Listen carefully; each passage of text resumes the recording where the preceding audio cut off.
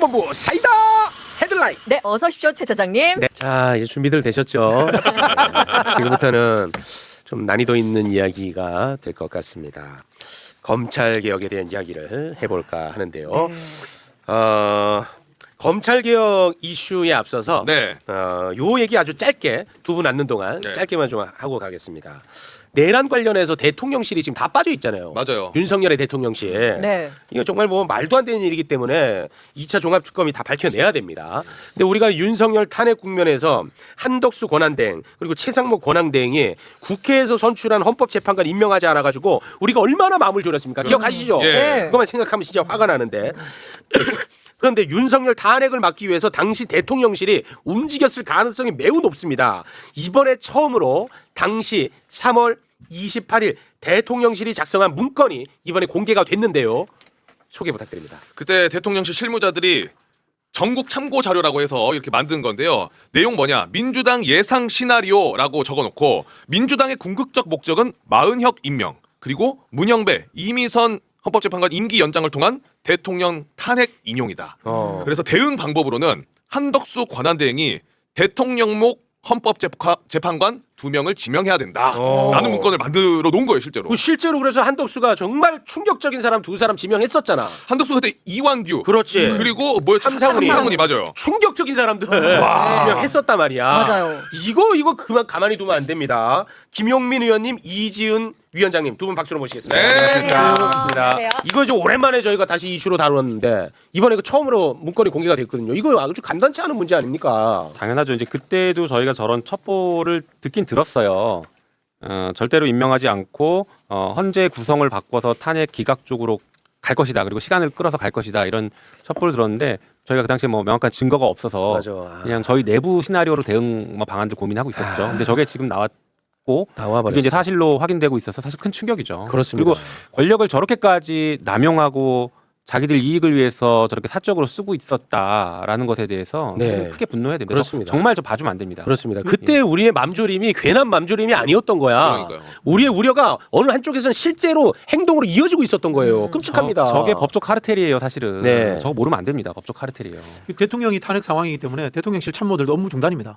직권남용이에요. 어. 수사받아야 될 대상입니다. 전부 다. 수사받아야 됩니다. 네네. 아니 고맙습니다. 그리고 저기에서 뭐 얘기하는 거 보니까 누가 시키거나 한 건 아니고 행정관이 알아서 뭐 자체적으로 했다 뭐 이런 얘기를 하던데 그 말도 안 되는 얘기죠. 말이 안 되죠. 왜냐면 공무원이 시키지 않는데 일을 하는 경우가 별로 없습니다. 네. 그리고 특히 저 때는 대통령이 그 직무가 정지된 상황이었고 곧 탄핵이 된 상황이었는데 거기에서 스스로 뭔가 한다는 거는 저는 믿을 수가 없는 얘기고 분명히 누군가의 지시가 있었을 것이고 윤석열과의 교감도 있었을 것이고 네. 또 여당과의 교감도 있었을 것이다. 당시 이렇게 생각을 여당. 네, 당시 여당과의 교감도 있었을 것이다. 그리고 만약에 계엄 정당성 확보를 위해서 이렇게 여당이 조직적으로 움직였다면 이건 위헌정당 해산에 있어서도 아주 중요한 문제거든요. 네. 왜냐하면 통진당 해산과 관련해서도 전 이석기 의원이 말을 한 것과 이것이 그러면 이 통진당의 언행으로 어떻게 귀속이 되느냐라는 것을 봤을 때 전 이석기 의원이 한 얘기를 그 이후에 당에서 이거를 옹호하고 또 확대하고 강화하고 한다면 이거는 이석기 의원만의 문제가 아니라 전 당의 문제다라고 이제 헌법재판소에서 판결을 그 결론을 내린 거거든요. 마찬가지로 윤석열만 위헌을 한 것이 아니라 이 위헌적 행동을 정당에서 조직적으로 옹호를 했다며 그거는 결국 이 정당도 위헌적인 행동을 한 거기 때문에 네. 위헌정당 해산과도 이어지는 내용이다라고 네. 봐야 됩니다. 제가 계속 이야기 말씀드리는데요.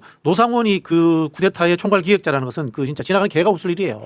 실제로 국무위원들에게 나눠준 문서를 만든 사람 찾아야 돼요. 그렇습니다. 그거 못 찾으면은 아직도 못 이 찾았어. 내란의 기획자를 못 찾아내는 네. 거예요. 못 찾았어 아직도. 그거는 분명히 저는 그 청와대 안에 있었다고 봅니다. 대통령실 네. 안에 있었다고 봅니다. 그렇습니다. 자, 2차 특검이 꼭 밝혀주길 바라겠습니다. 네. 네. 자, 그러면 아주 예민한 이슈 검찰 개혁에 대한 이야기를 지금부터 나눠보도록 하겠습니다. 중수청법, 공소청법의 정부 입법안을 두고 비판의 목소리가 지금 커지고 있는 상황입니다.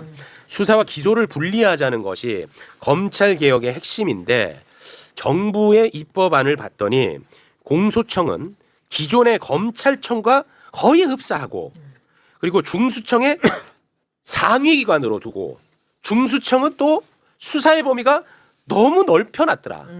이런 이제 문제제기의 목소리가 있는 겁니다. 관련해서 민주당원단체의 기자회견이 있었는데요. 그 장면을 짧게 영상으로 보고 오겠습니다. 7개의 더불어민주당 당원단체는 검사들로 구성된 검찰개혁 TF가 만든 검찰안을 폐기할 것을 강력히 촉구합니다. 검찰의 오랜 염원이었던 대검 중수청이 구현되는 법안이며 현 수사권보다도 광범위한 보안 수사권을 검찰에 주는 법안이라는 것입니다. 대통령이 바뀌면 검찰의 수사권이 부활되는 현재의 정부 법안은 매우 위험한 법안입니다. 민주당 지도부에 간곡히 요청드립니다. 지금 법사위에서 법안 심사하고 있는 2차 정부 수정안은 정부안이 아니라 사실상 검찰안입니다. 정부에서 낸 안이라고 무비판적으로 수용하지 말아 주십시오. 국민 주권으로 명령하건대 검찰과 야합했다고 판단할 수밖에 없는 누더기 검찰개혁 정부안은 지금 당장 철폐하라. 네. 자, 그리고 정청래 민주당 대표의 기자회견이 있었는데 기자회견에서 검찰개혁 관련한 질문을 받고 답을 한 장면이 있습니다. 그 장면도 잠깐 영상으로 보고 오겠습니다.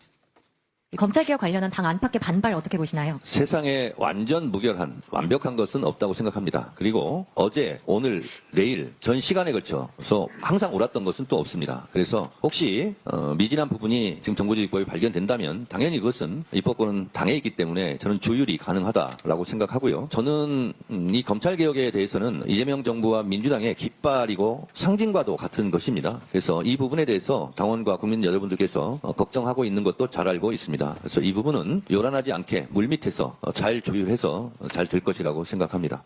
네, 만약에 정부 입법안에 문제가 있다면 조용히 물밑에서 잘 조율을 하겠다 이런 입장인 것 같습니다.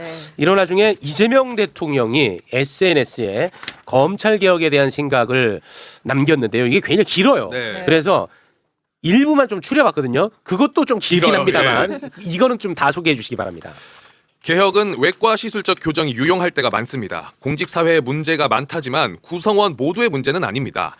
시민운동 과정에서 부동산 비리 기득권과 부딪히면서 시작된 부패 검찰의 수사, 기소권 남용으로 오랫동안 기소와 구속영장 청구가 반복되었지만 양심적 법관들의 정의로운 판결 덕에 제가 지금껏 살아남아 대통령 직무까지 수행하고 있습니다. 사법부정은 법원 전체가 아니라 일부의 문제임을 알 수 있습니다.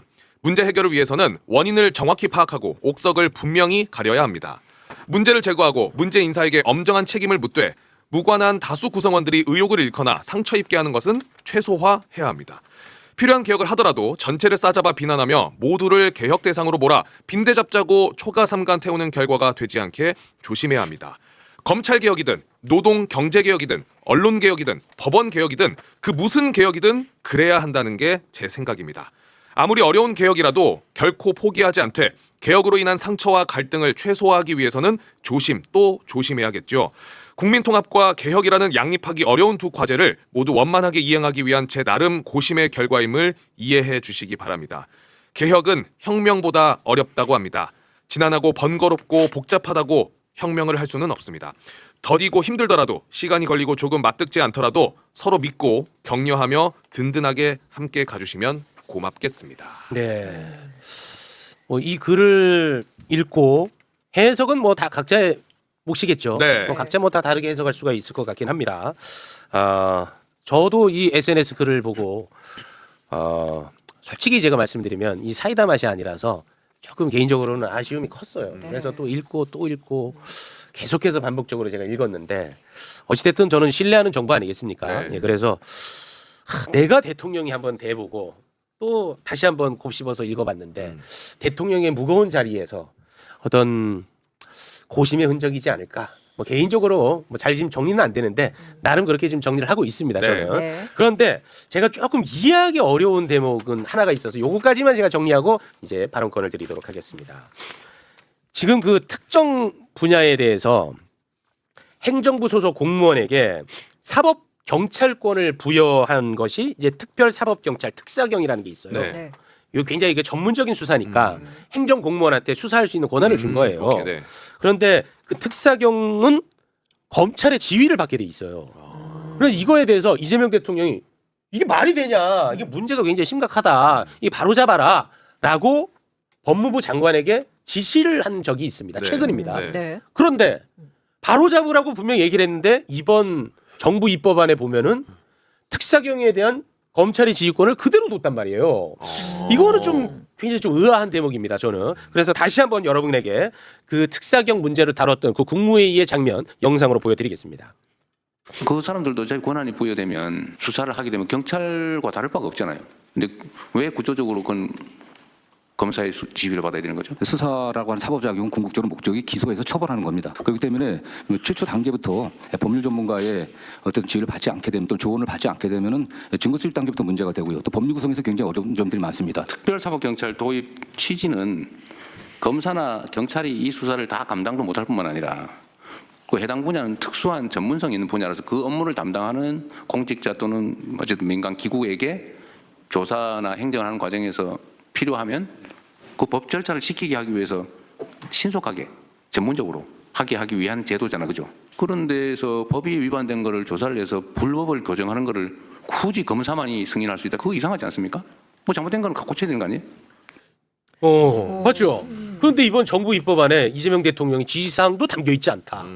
이거는 뭐 제가 조금 아무튼 받아들이기가 쉽지가 않은데 자유롭게 정부 입법안에 대한 부분, 검찰 개혁에 대한 부분 자유롭게 말씀 부탁드리겠습니다. 네, 제가 그 좀 PPT 만든 게 있어서 보면서 잠깐 설명을 드리는 게 좋을 것 같아요. 네네네. 이게 검찰개혁법 정부 입법의 법안에 대해서 우리가 입체적으로 개별 조문은 조금씩 뭐 논의가 됐던 것 같은데 네. 입체적으로 한번 들여다본 적이 거의 없을 것 같아서 네.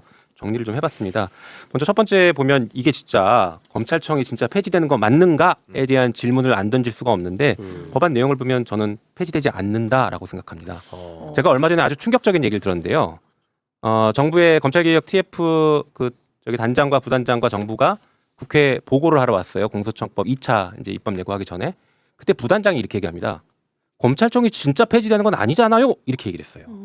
너무 충격을 받아가지고 그런 생각으로 법을 만들어서 이런 법이 나왔냐라고 제가 강하게 질타했었거든요. 와, 그래요? 자, 그래서 다시 보시면 왜 법이 그렇게 됐는지를 봅시다. 검찰청에 지금 검찰총장 명칭 공소청 그대로 가고 3당 구조 그대로 가고 검사와 수사관을 붙이기에 의해서 지금 검찰청에 있는 검사와 수사관이 그대로 공소청으로 다 갑니다. 한 명도 자르지 않아요. 그러다 보니까 예를 들어서 네. 어미준 이 사람이 공소청 검사로 그대로 아무런 제한 없이 가는 거 우리 동의 못하지 않습니까? 저는 못합니다. 개인적으로. 네, 그리고 우리 진행자님 좋아하시는 박상용 검사. 이 사람은 우리가 그대로 공소청으로 보낸다. 아무런 제한 없이 이 용납 못하거든요. 그건 용납이 안 되죠. 그러니까요. 그래서 이런 부분이 그대로 있기 때문에 검찰청의 인력과 권한이 그대로 공소청으로 넘어갑니다. 보안 수사권, 신분 보장, 법무부 겸직 문제, 특사경 조금 전에 말씀하셨던 특사경 지휘 감독 문제. 그런데 더 중요한 건 권한이 늘어납니다. 밑에 이제 전권 송치라는 게 있고 그 위에 영장 청구에 대한 지휘권인데 지금 현재 형사소송법상은 영장의 집행에 대한 지휘를 검사가 할 수 있게 돼 있어요. 집행을 할 때는. 근데 영장을 청구할 때에는 그거는 수사기관이 알아서 하는 거예요. 그렇죠. 그런데 그 영장 청구도 지휘하겠다라고 공소청법에 들어있어요. 그래요? 잘 보시면 영장 청구 점 집행 지휘 이렇게 돼 있어요. 와. 그러니까 청구도 지휘하겠다는 것은 경찰의 강제 수사를 검사들이 다 지휘하겠다는 겁니다. 영장 청구, 압수수색부터 구속영장, 체포영장 이런 것들을 다 청구 단계에서부터 지휘하겠다. 그러니까 예를 들면은 야 그거 영장을 청구해, 그거 영장 청구하지 마 이런 것을 다 가능케 했다는 거예요? 그렇죠. 그걸 지휘하겠다고 지금 법에 넣어놨죠. 그러니까 경찰이 근데 저희가 봤을 때는 이거는 영장까지는 칠 필요 없을 것 같습니다라고 해도 아니야 그건 영장 청구해 하면은 해야 된다는 거죠. 그렇죠. 지휘하도록 돼 있으니까. 그래요? 그리고 말씀드린 것처럼 사건에 대한 전권 송치 이건 조금 이따 더 말씀드리고요. 네. 다음 페이지 보시면 그러다 보니까 현재 검찰보다 더 강력한 공소청이 나오는 거예요.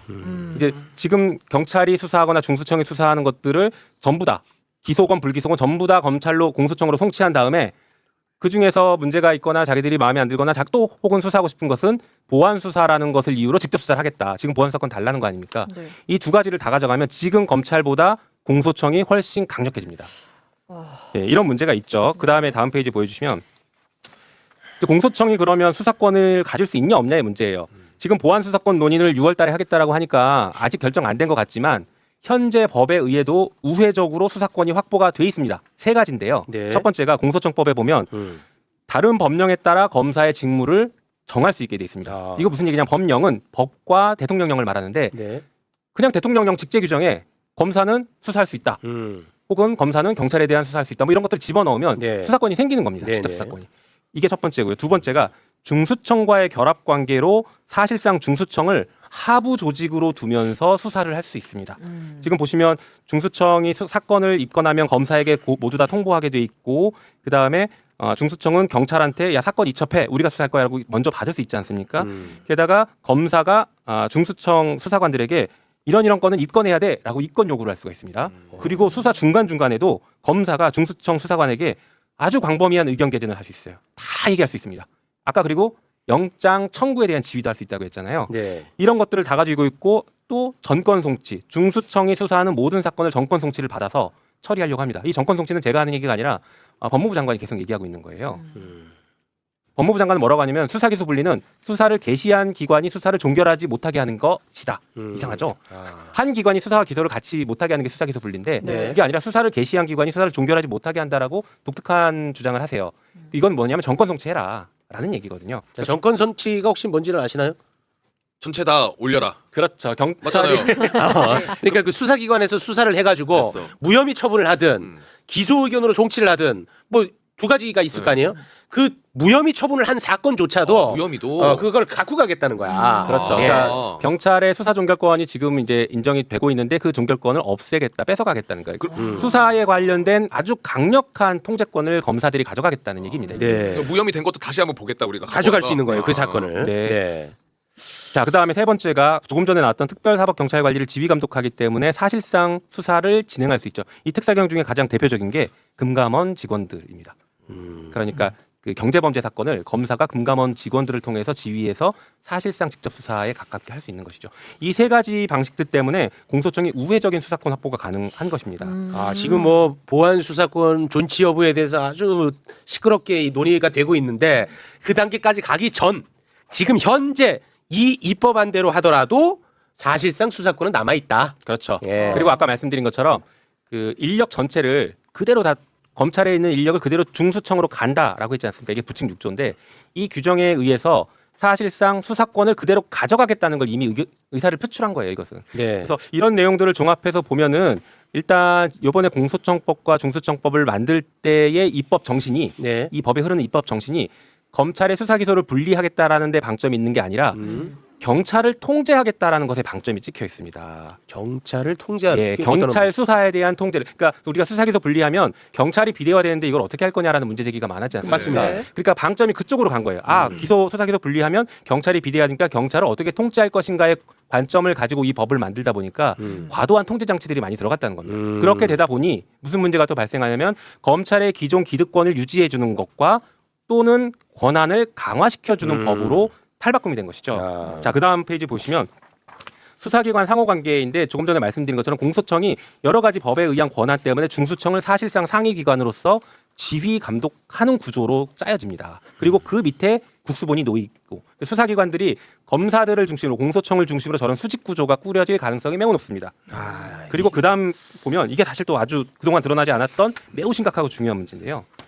공소청 공무원에 대해서 경찰의 수사권이 박탈됩니다. 이 법에 따르면. 공소청. 이게 무슨 얘기냐면요. 네. 지금으로 비교해 보면 검사가 잘못하면 검사가 잘못 공수처가 수사하지 않습니까? 그렇죠. 그런데 공수처 수사 범위는 제한적입니다. 뭐 뇌물이나 직권남용이나 이런 것들. 근데 검사가 만약에 성범죄를 저질렀다라면 경찰이 수사합니다. 그러니까 검사가 잘못한 것에 대해서는 공수처도 수사할 수 있지만 경찰이 더 많은 범죄를 수사할 수 있어요. 그렇죠. 그리고 검찰청 직원들에 대한 모든 범죄는 경찰이 수사합니다. 네. 자, 그러면 경찰이 지금은 검찰에 대한 상당 부분의 수사를 차지하고 있어요. 그런데 지금 중수청법을 보면 어떻게 돼 있냐면 중대 범죄에 우리가 알고 있는 6가지가 있고 그 밑에 2호에 중대 범죄 등이라는 개념을 도입합니다. 거기에 보면 과목에 이릅니다. 공소청 소속 공무원이 재직 중에 저지른 범죄. 다시 말해서 지금 검찰로 얘기하면 검찰청 직원이 저지른 검사 포함한 검사와 검찰청 직원이 저지른 모든 범죄를 중수청에서 중대 범죄라고 인정을 하고 이 사건에 대해서는 중수청에 우선 수사권을 줍니다. 아까 2차 통제권 있잖아요. 게다가 또 무슨 일이 있습니까? 중수청은 수사를 입건하면 검사한테 즉시 통보해야 됩니다. 그러니 검사와 검찰 직원들에 대한 수사를 입건한 순간 통보해야 되고요. 그다음에 경찰이 갖고 있는 거 다 이첩해서 중수청에 가져오게 해서 아까 말씀드린 광범위한 수사 지휘권을 갖고 있지 않습니까? 그걸로 다 뭉개버릴 수 있다는 것이죠. 그러니까 견제가 안 되는 거예요. 검찰에 대한 수사는 검찰과 가장 이해관계가 적은 곳에서 수사해야 완전히 그냥 다 털 수 있지 않겠습니까? 네. 근데 중수청은 사실상 공소청 하위 기관처럼 만들어 놓고 여기에서만 공소청 검사를 수사하게 하니 이게 제대로 수사가 되겠냐? 매우 그렇죠. 합리적 의심이네. 그렇죠. 그동안에는 경찰이 할 수 있게 했는데 경찰의 수사권을 박탈시켰다는 게 문제입니다. 그 문제네. 문제죠. 그래서 우선 수사권을 주지 말자라고 그렇게 저희가 주장을 했던 겁니다. 어쨌든 그다음 마지막 페이지인데 한번 볼까요? 지금 검사가 법무부를 장악하고 있습니다. 잘 아시는 것처럼 문재인 정부 때 탈검차라 법무부 탈검차라 그렇게 했었는데 그게 잘 안 됐죠. 그게 지금 검찰청법 51조 때문입니다. 검사가 법무부 직원을 겸임할 수 있도록 한 조항인데 이게 공소청법에도 그대로 들어가 있어요. 이게 무슨 문제가 생기냐면 검찰청은 법무부의 외청이고 감독을 받아야 되는 그렇죠. 지휘 감독을 받아야 되는 기구인데 네. 법무부의 주요 간부를 다 검사가 하고 있습니다. 맞아. 그러니까 거꾸로 법무부는 검찰의 외청이다 이런 얘기가 우스갯소리가 나올 정도로 주객이 전도된 거죠. 네네네. 실제로 검찰청의 인사와 예산을 담당하는 데가 법무부 기조실과 법무부 검찰국인데 실장 국장이 다 검사예요, 현직 검사. 그러니까 현재도 검찰의 예산과 인사를 검사들이 다 하고 있다라고 평가할 수 있어서 이거를 탈검찰해야 된다고 그렇게 주장을 해왔거든요. 네. 이게 그대로 들어가 있습니다. 더 심각한 거는 행안부도 검사들이 장악할 수 있는 길을 열어놨어요. 그 밑에인데요. 중수청법 37조에 보면 중수청 수사관도 행안부 직원 겸임 가능하다는 걸 또 넣어놨습니다. 그런데 우리가 지금 바람직한 모습으로 계속 그려왔던 게 검찰청에 있는 검사가 중수청 수사관으로 가서 수사 역량을 잘 유지해서 빨리 안착시켜라라는 것들 우리가 계속 주장해왔지 않습니까? 그건 지금도 유효한 얘기긴 한데 이 길을 열어놓으면 중수청으로 간 검사들이 행안부로 가서 행안부를 장악하는 시도를 하는 길이 법률상 길이 열려버리는 겁니다.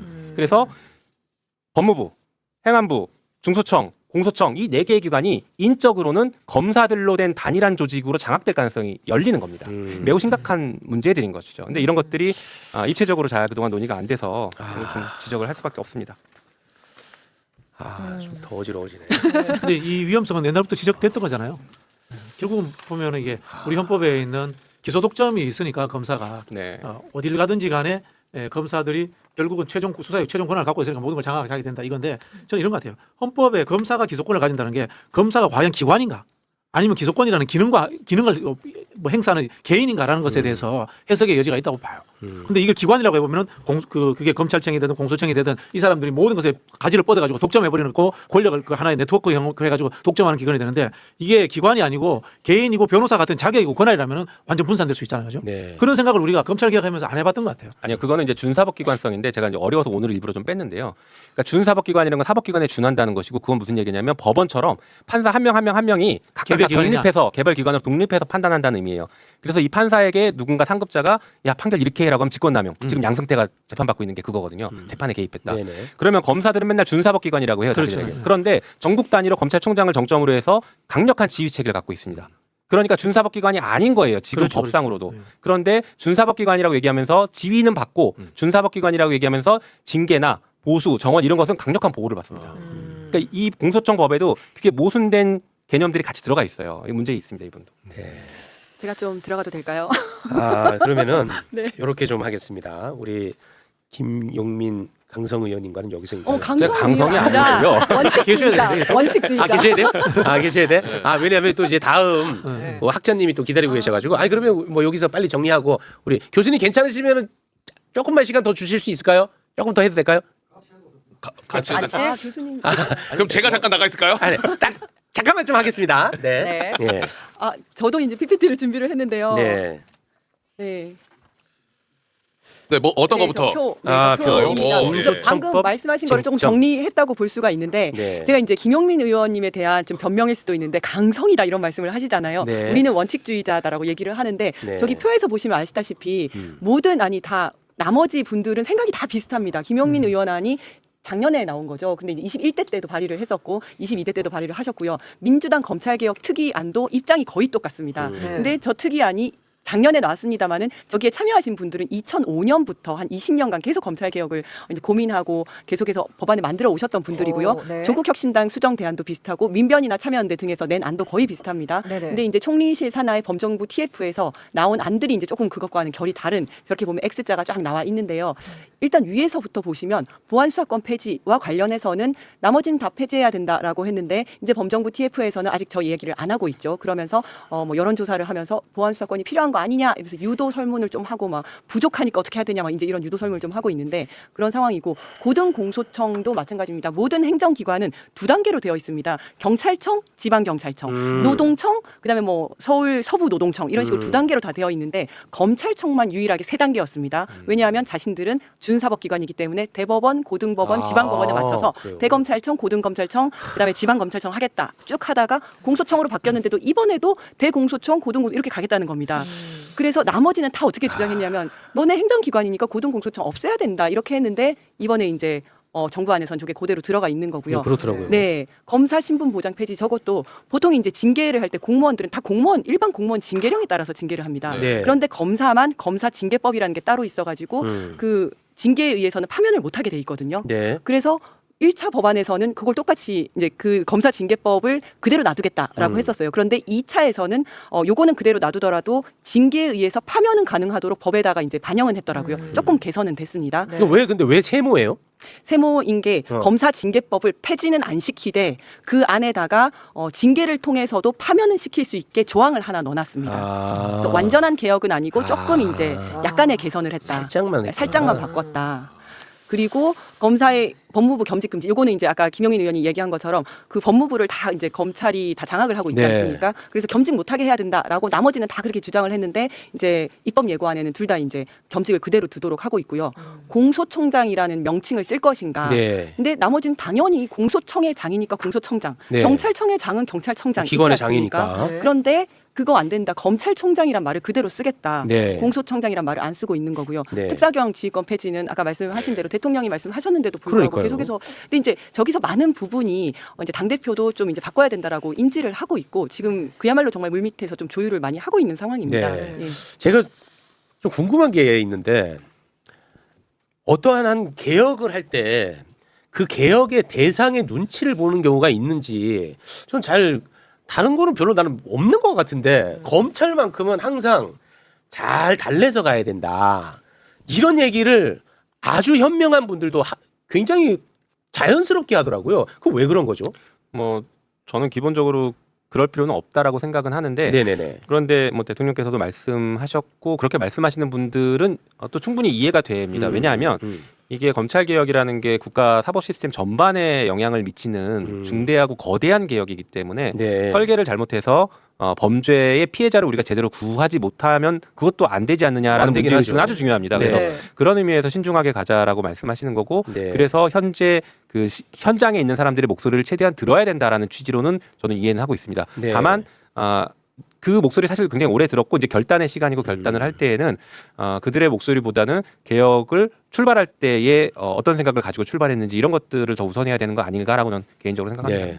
제가 우리 김용민 의원님이 지난주였나요? 매불쇼에 나와서 한 발언을 제가 요즘 자주 인용을 하고 있습니다. 우리 의원님이 그런 얘기를 했었죠. 나를 어떤 사람의 기준을 삼고 검찰개혁 나의 법안이나 이런 행동을 보면 너무나 일관성 없는 사람처럼 보일 텐데 나의 개혁의 방향을 놓고 보면 굉장히 일관적일 것이다. 와, 저는 그거 아주 좋은 표현이었다고 봅니다. 예. 일관성이 있습니다. 고맙습니다. 자꾸 저를 개파로 가두려고 하셔가지고 네. 그게 아니라 개혁으로 그냥 개혁의 관점에서 같이 고민해 주셨으면 좋겠습니다. 알겠습니다. 자, 그러면 두 분과는 여기서 인사를 저희가 나누도록 하겠습니다. 김용민 의원님 그리고 이지은 위원장님 두 분 대단히 고맙습니다. 감사합니다.